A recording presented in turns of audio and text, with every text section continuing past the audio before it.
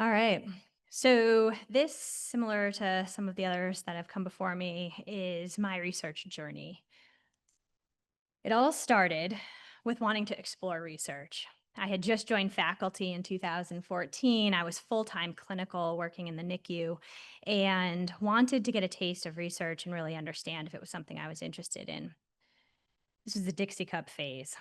Fortunately, I had opportunities to experiment and kind of understand research through the Idea States Pediatric Clinical Trials Network, which we had just joined the first cycle of. And it was an opportunity for capacity building of early stage investigators, but also for understanding and being able to conduct research in rural and underserved communities. So, a great opportunity.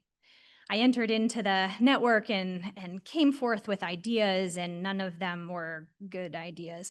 I thought they were, but others didn't agree. And it became this puzzle of trying to figure out how to get something to move forward in this network, this opportunity that I had before me, where people wanted to invest time in who I was, but needed to come up with a way to do that.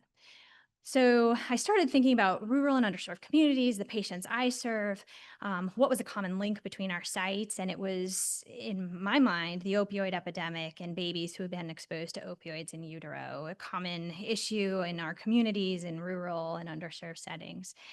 So I decided we should do a survey. We should do a survey across our 18 states and really understand what was happening at our sites to be able to understand where the areas might be for opportunities for research. And that was met with grumbles, lots and lots of grumbles. Too many surveys. We've done enough surveys. We don't need another survey. And I'm like, but you might need this survey. So I formed a group and I was head of that group. And we began putting together the survey. We met weekly. I would come up with questions and see if people liked them. And mostly people were silent on the other end of the phone. This was before Zoom. And I remember distinctly a couple weeks into this survey generation, sitting in my car at my daughter's soccer game and asking folks if they were happy with the final product and hearing crickets and realizing that we weren't at the final product and realizing that still people didn't want to do this survey and actually offering it up and saying, hey, we have this survey. I don't need to keep moving it forward. We don't have to do it in the network. If somebody else wants to do it, they can do it. And I get this frantic text from one of my senior mentors who's on the call. He's like, don't give up the survey. I'm like, okay, we're going to do this survey.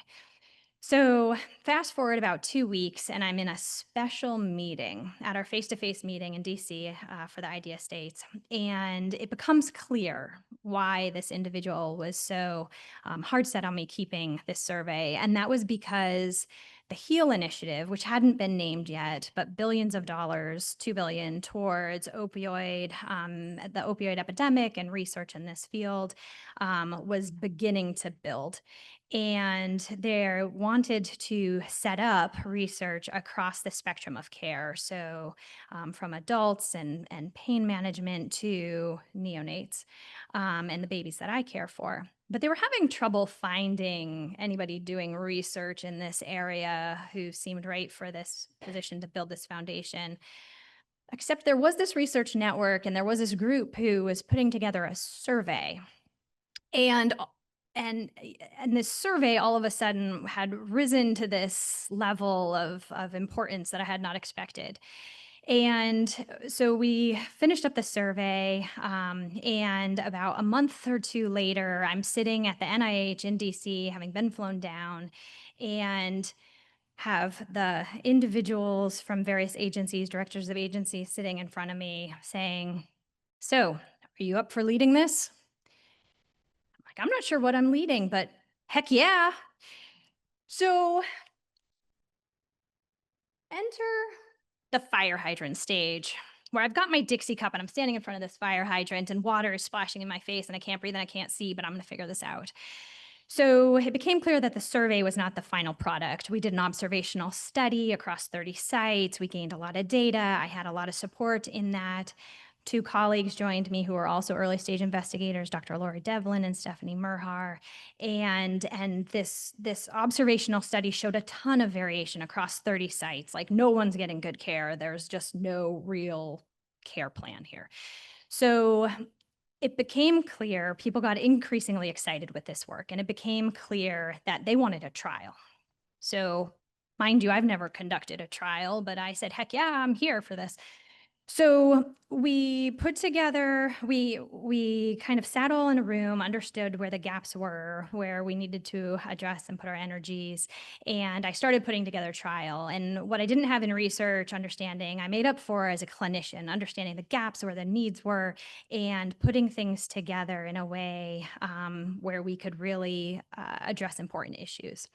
And the trial we put together was an entire care approach, a culture shift at sites. And we put together the protocol. And mind you, meanwhile, I'm Googling what's a CRF, what's a MOP, what's a, like, I don't know what these things are, but we're putting them together and still at the fire hydrant stage.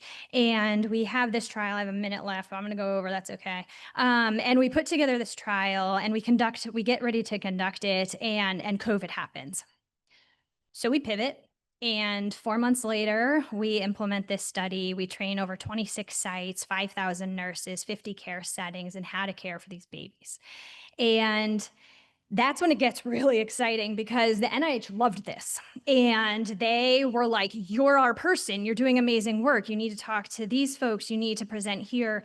And this is my waterfall stage where I'm sitting at the bottom of the waterfall and I can't find my cup and I have no clue what's going on, but keep on going.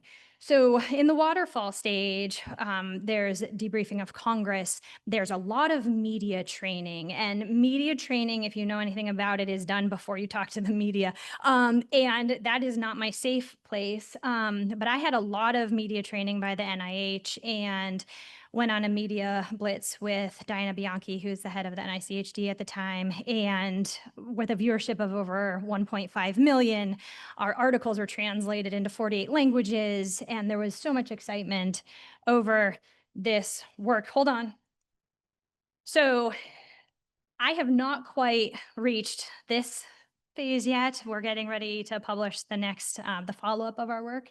But quiet waters are coming, and I'm close enough to be able to settle myself, to reflect on my past and where I've been, to reflect on where I am, and to appreciate the lessons learned along the way.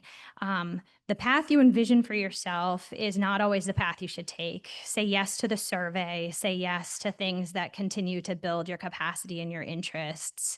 And along the way, you can be a good advocate through the work that you do and continue to educate others.